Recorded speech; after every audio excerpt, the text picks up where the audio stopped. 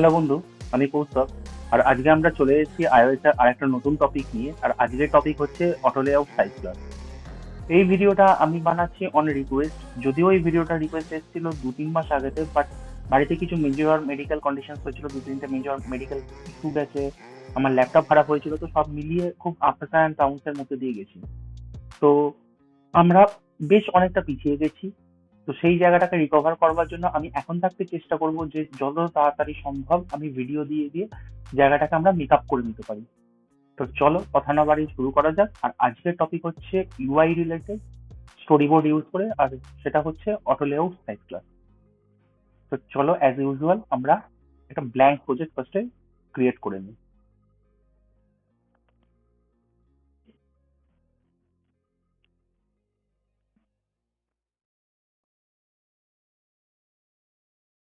তো দেখতে পাচ্ছ আমাদের এখানেতে প্রজেক্ট ক্রিয়েট হয়ে গেছে, এবং আমাদের প্রজেক্টের মধ্যেতে আমাদের কতগুলো জিনিস যেটা সবার ফার্স্টে জেনে রাখতে হবে সেটা হচ্ছে যখন ভিউটাকে আমরা এরকম লম্বালম্বি ভাবে দেখি তখন সেটাকে বলা হয় হচ্ছে পোর্ট্রেট।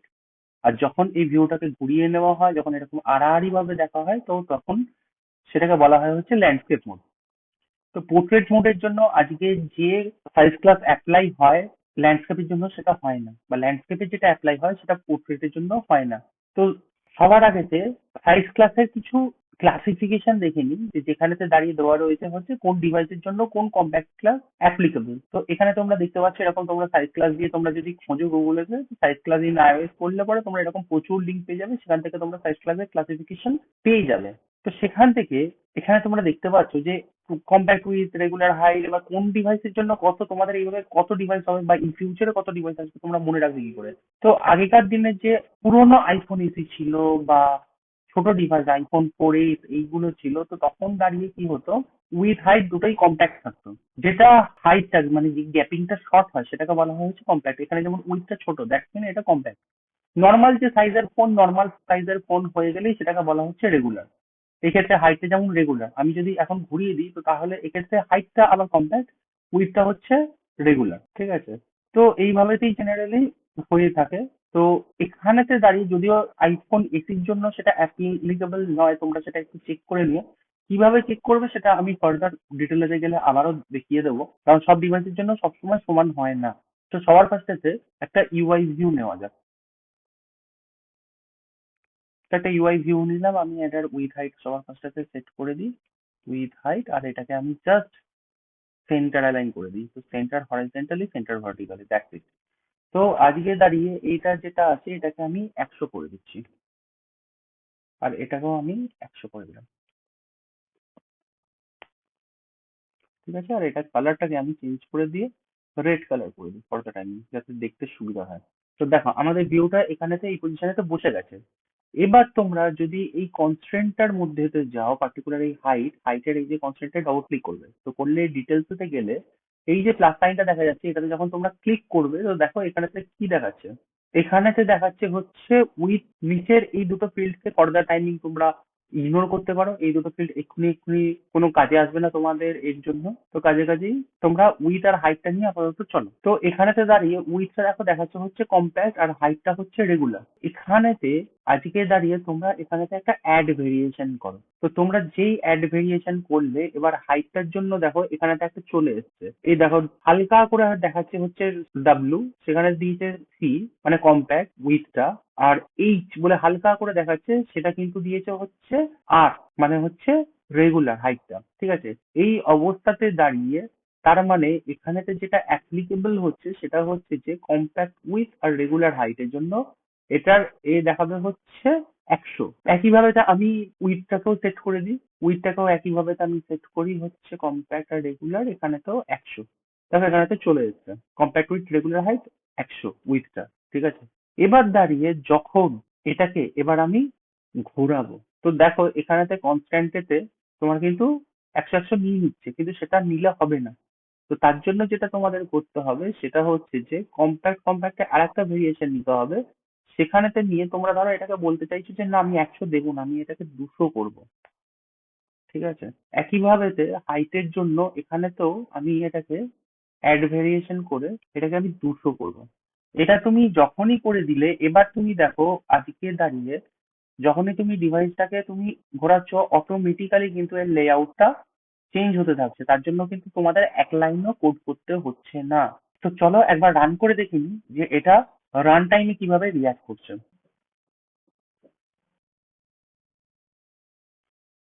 তো দেখতে পাচ্ছ বন্ধুরা, আমাদের প্রজেক্ট রান করে গেছে, আর এখানেতে দাঁড়িয়ে আমাদের প্রজেক্টেতে আইফোন এসিতে ঠিক এরকম একখানা স্ক্রিন আমাদের সামনে অ্যাপিয়ার করছে। এবার যদি এটাকে আমি ঘোরাতে চাই, এটা ঘোরানোর অনেকগুলো অপশনস রয়েছে। যেমন হচ্ছে তুমি এই বাটনটাতে ক্লিক করলেও এটা ঘুরবে, এবং ঘুরবার সাথে সাথে দেখতে পাচ্ছ এটা কিন্তু অটোমেটিক্যালি সাইজটাকে কিন্তু হ্যান্ডেল করে নিল।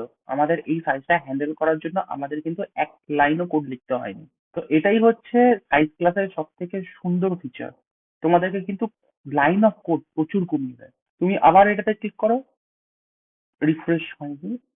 আচ্ছা, এটার একটা কারণ আছে। এটার কারণটা হচ্ছে, তোমাদের বোঝাই, আপসাইড ডাউন কাজ করে না। এটা হচ্ছে নর্মাল পোর্ট্রেট, মানে হচ্ছে মাথাটা উপরের দিকেতেই আছে ফোনটার। ঠিক আছে, সিমুলেটারে তো এটা আলাদা করে বোঝাতে পারবো না। তো আজকে যখন আমি এটাকে একবার ঘোরাচ্ছি, দ্যাটস মিন এটা তোমার ল্যান্ডস্কেপেতে গেল, মানে আমার মাথাটা ডান হাতের দিকে চলে এলো। আমি যদি আর একবার ঘোরাই, দ্যাটস মিন আমার ফোনের মাথাটা, মানে যেখানটা কান দিয়ে আমরা শুনি, সেটা কিন্তু আমাদের নিচের দিকে হয়ে গেছে। তো সেই নিচের দিকে এই ওরিয়েন্টেশনটা কিন্তু আইফোন সাপোর্ট করে না। এটা কিন্তু মাথায় রেখো। নেক্সট যদি আরেকবার ঘোরাই, তখন দেখো আবার আমাদের ফোনের মাথাটা বাঁ দিকে চলে এসেছে। আরেকবার যদি ঘোরাই, তো মাথাটা এবার উপরের দিকে অ্যাজ ইউজুয়াল চলে এসেছে। ঠিক আছে, এই যে বাটনটা, এই বাটনটা তোমরা অন্য ভাবেও করতে পারো, সেটা হচ্ছে কমান্ড রাইট অ্যারো, এটা দিয়ে। তো তোমরা যদি কমান্ড রাইট অ্যারো দাও, তো দেখো একই কাজ হতে থাকছে। তো একই কাজ হলো, কমান্ড রাইট অ্যারো বা কমান্ড লেফট অ্যারো দিয়ে তোমরা পোর্ট্রেট ল্যান্ডস্কেপে সুইচ করতে পারো। তো এটা তো গেল হচ্ছে অটো লেআউটের একটা পোর্শন। এবার ধরো আমি এই যে পজিশনটা, এই পজিশনটা নিয়েও আমার সমস্যা আছে। আমি ধরো বললাম যে না, আমি পজিশন এখানেতে রাখবো না। আমি আগে সবার আগে ভিউটার একটা পজিশন দিই। ধরো আমি লিডিং আর টপ দিয়ে দিলাম। আমি লিডিং এতে দিলাম হচ্ছে 8, টপেতেও দিলাম হচ্ছে 8। এটা আমি দিলাম। এবার আমি বলছি যে এই লিডিং পজিশনটা কেবলমাত্র অ্যাপ্লাই হবে হচ্ছে পোর্ট্রেটের জন্য। যখন ল্যান্ডস্কেপেতে যাবে তখন ওটা বটম রাইটে দেখাবে। এটা এখন টপ লেফটেতে আছে। যখন যখন আমার নিচে যাবে, তো তখন সেটা বটম রাইটে দেখাবে। এটা হচ্ছে আমার এক্সপেকটেশন। তো তার জন্য কি করতে হবে, ধরো এই যে কনস্ট্রেন্টটা, এটাকে অ্যাজ ইউজুয়াল একবার ক্লিক করলে সিলেক্ট হবে, এরপরে কনস্ট্রেন্টটার উপর ডবল ক্লিক করবে। তো করে অ্যাজ ইউজুয়াল এখান থেকে তো করে তোমরা এখান থেকে অ্যাড ভ্যারিয়েশন ইউজ করবে। করলে এটা iOS কিছু একটা প্রবলেম দিচ্ছে, যেটা হওয়া উচিত না। তো দেখো এখানে একটা 8 চলে এসেছে। ঠিক আছে, তো এটা নিয়ে তোমাদের কোনো আর অসুবিধা নেই। ঠিক আছে, এরপরেতে দাঁড়িয়ে এই যে তোমার টপটা, এখানেতেও তোমরা একখানা অ্যাড ভ্যারিয়েশন করো, সেখানেতে দাঁড়িয়ে হচ্ছে 8। ঠিক আছে, নিয়ে নিল। এবার নেওয়ার পর, এবার ধরো এটাকে আমি চেঞ্জ করছি। ঠিক আছে, এবার আমি চাইছি এটাকে বটম রাইটে নিয়ে যেতে। তো তার জন্য কি করতে হবে, আচ্ছা এখানেতে একটা জিনিস যেটা আমাদের ভুল হচ্ছে, যেটা আমি বলতে ভুল করেছি, সেটা হচ্ছে এই যে ইনস্টলড, এখানেতে দাঁড়িয়েও তোমাদের এখানে অ্যাড ভ্যারিয়েশন সিআরটা করে দিয়ে এটাকে আনচেক করে দিতে হবে। বা এই যে লিডিং, এটাকেও তোমার করে দিয়ে এটাকে আনচেক করে দিতে হবে। তার মানে কি হবে, ডিফল্টটা তোমার আর কাজ করবে না। ঠিক আছে, তো তুমি যখন এটাকে ঘোরাবে, মানে তুমি এখান থেকে এটাকে যদি ঘোরাও, তুমি দেখো ও কিন্তু আর কনস্ট্যান্ট পাচ্ছে না, এই দুটো কনস্ট্যান্ট ডিসেবল হয়ে গেছে, দেখো গ্রেড আউট হয়ে গেছে। তো এই অবস্থাতে দাঁড়িয়ে এবার তোমাকে যেটা করতে হবে, সেটা হচ্ছে এটার সিলিং পজিশন দিতে হবে। তো সেটার জন্য তোমাকে আবার এখান থেকে এসে তোমার সেই এরিয়ার উপর ড্র্যাগ করে তোমাকে এবার দিতে হবে হচ্ছে ট্রেলিং আর বটম। এই ট্রেলিং আর বটম তুমি যখনই দিলে দেখো ফেটে গেছে, এরকম লাল ভাবে একটা বিচ্ছিরি মার্কা দেখাচ্ছে। তো এটার কারণ হচ্ছে অন্য কিছুই না, একইভাবে যে এটা নর্মালি নিয়ে নিয়েছে। তো আমি সবার ফার্স্টে এটাকে 8 দিলাম, একইভাবে এটাকেও আমি 8 দিলাম। ফাইন, এত দূর অব্দি ঠিক আছে। অ্যাজ ইউজুয়াল আমরা আগে সাইজ ক্লাসটাকে সেট করে দিই, তো কম্প্যাক্ট কম্প্যাক্ট আমরা অ্যাড ভ্যারিয়েশন করে দিলাম। হয়ে গেল। হয়ে যাওয়ার পর এখান থেকে করে আমরা এটা কিসের জন্য করছি, তো অ্যাড ভ্যারিয়েশন করলাম। তো করে এটাকে আমরা আনইনস্টল করে দিলাম। একইভাবে এটার সাথে গিয়ে আমরা করে অ্যাড ভ্যারিয়েশন করলাম, করে এখান থেকেতেও অ্যাড ভ্যারিয়েশন করে ডিফল্টটাকে আনইনস্টল করে দিলাম। এটা যখনই তোমরা করবে এরপরেতে কি হবে, তোমরা দেখো এবার যখন এটাকে রোটেট করবে, তো দেখো দুটো সেট ডিসেবল হচ্ছে, দুটো সেট এনেবল হচ্ছে। আমি এই সেম জিনিস কিন্তু হাইট আর উইথ এর জন্য অ্যাপ্লাই করতে পারি। মানে আজকে দাঁড়িয়ে দেখো একটার জন্য এখানেতে কেসটা কি হয়েছে, যে আমার ক্ষেত্রেতে কম্প্যাক্ট উইথ কম্প্যাক্ট হাইটের জন্য 200, কম্প্যাক্ট উইথ রেগুলার হাইটের জন্য 100।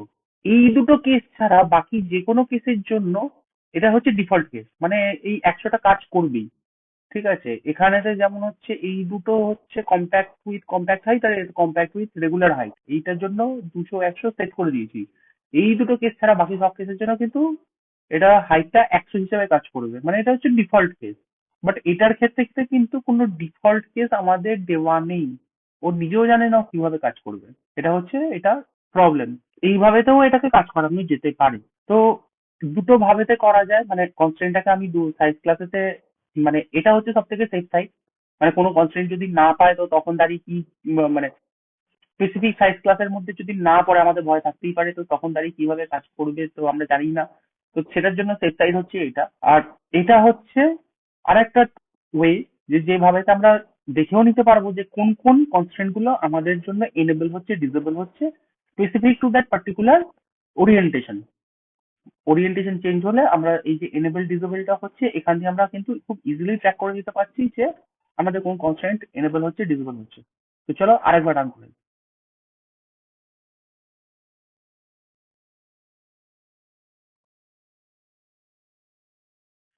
তো আমাদের প্রজেক্ট রান করে গেছে। একইভাবে আমরা এটাকে ওরিয়েন্ট করাই। তো দেখো আমাদের কিন্তু ভিউটা এখানে পজিশন চেঞ্জ হয়ে চলে এলো। এবার চেঞ্জ হবে না, খুব স্বাভাবিক। নেক্সট, আবার দেখো ভিউটা উপরে চলে গেল। দ্যাটস মিন কি হলো, যে আমাদের সাইজ ক্লাস কিন্তু প্রপারলি কাজ করছে, আমাদের সাইজ ক্লাসে কিন্তু কোনো প্রবলেম নেই। তো এইভাবেতে তোমরা সাইজ ক্লাস ইউজ করে লাইন অফ কোড হিউজ অ্যামাউন্টটাকে কমিয়ে দিতে পারো, যেখান থেকে দাঁড়িয়ে তোমরা কিন্তু খুব সুন্দর একটা ইউআই প্রেজেন্ট করতে পারো ইউজারের সামনেতে। তো আজকে আমরা শুধুমাত্র আইফোনের ওপর সাইজ ক্লাস দেখালাম। আইপ্যাডের ওপর তোমরা ট্রাই করো। তোমরা আমাকে কমেন্ট করে জানাও যে আইপ্যাডের ওপর তোমরা করতে পারছো কি পারছো না। কারণ এখানেতে আইপ্যাডের জন্য তোমরা কিন্তু সমস্ত সাইজ ক্লাস পেয়ে যাবে। এরপরেতে দাঁড়িয়ে আইফোন আইপ্যাড দুটোকে নিয়ে তোমরা একসাথে ট্রাই করো যে তোমরা পারছো কিনা।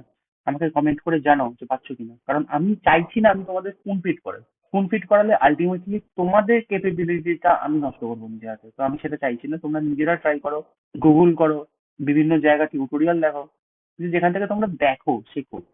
তারপরে যদি না পারো আমাকে কমেন্টেতে জানাও, আমি আছি তোমাদের হেল্প করবার জন্য। তো আজকের জন্য এতটুকুই। দেখা হচ্ছে পরের দিন যে আইএস এর নতুন কোনো অন্য টপিক নিয়ে। ততদিনের জন্য টাটা, গুড বাই, সবাই খুব ভালো।